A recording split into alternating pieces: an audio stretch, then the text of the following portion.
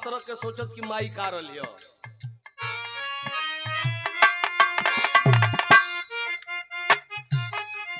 जेकर माई बाबू जिया थारे नो लोगों से निवेदन बा, हे गीत के तनी सुन लो भैया, 2 मिनट का गीत बा।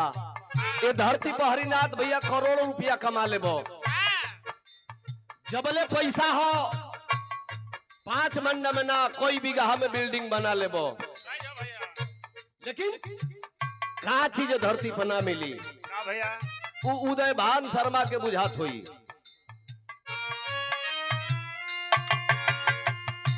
बार बार मिल जाई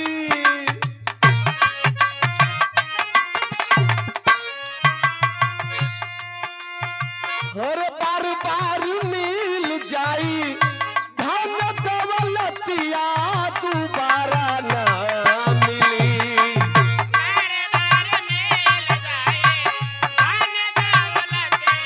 अरे दोबारा ना मिली।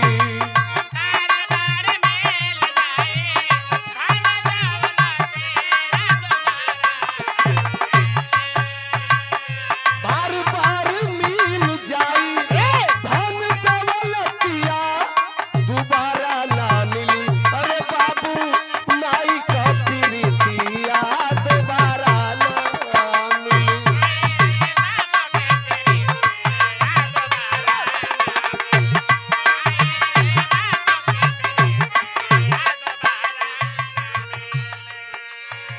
माई का चीज होली, बाबू का चीज होलो, कभी कले खनी बा मास्टर।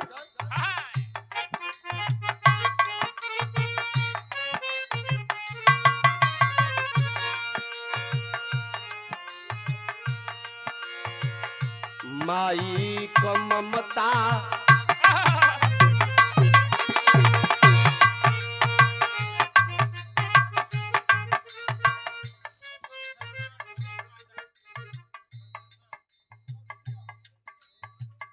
माई को अस्थान,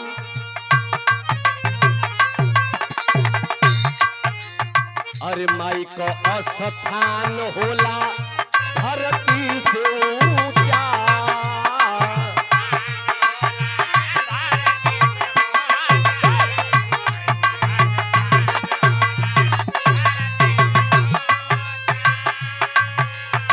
अब पिता का स्थान का होला, पिता पर याद काशी तीरथ समूचा।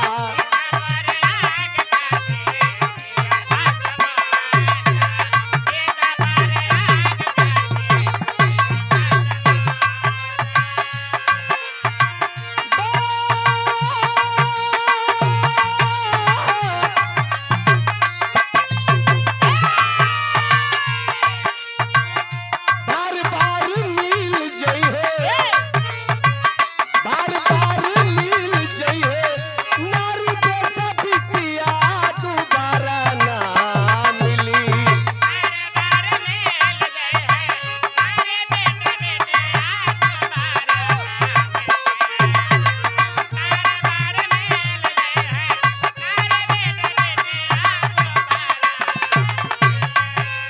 अरे बार बार मिल जई है नारी बेटा बिटिया दोबारा ना मिली।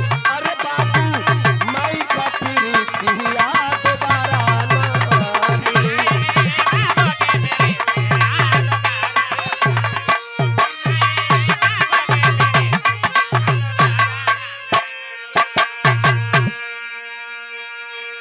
और ताड़ी बड़ा गांव से काट के तन की लाइन चेंज कर दें ना। अब जब भी बैठल बा हमारा हरिनाथ भाई भोजपुरी के बड़ा बढ़िया गायक हो, एगो सवाल बा हरिनाथ भाई अब तो से आज भी बैठल बा सबसे बा एक बुझल जाई कन्हैया भी हमारा गुरु के लेखनी बा। सीधा सीधा तो सब गावता, तनी एक टेढ़ को के गा दो कि तन लोग बुझबो करे।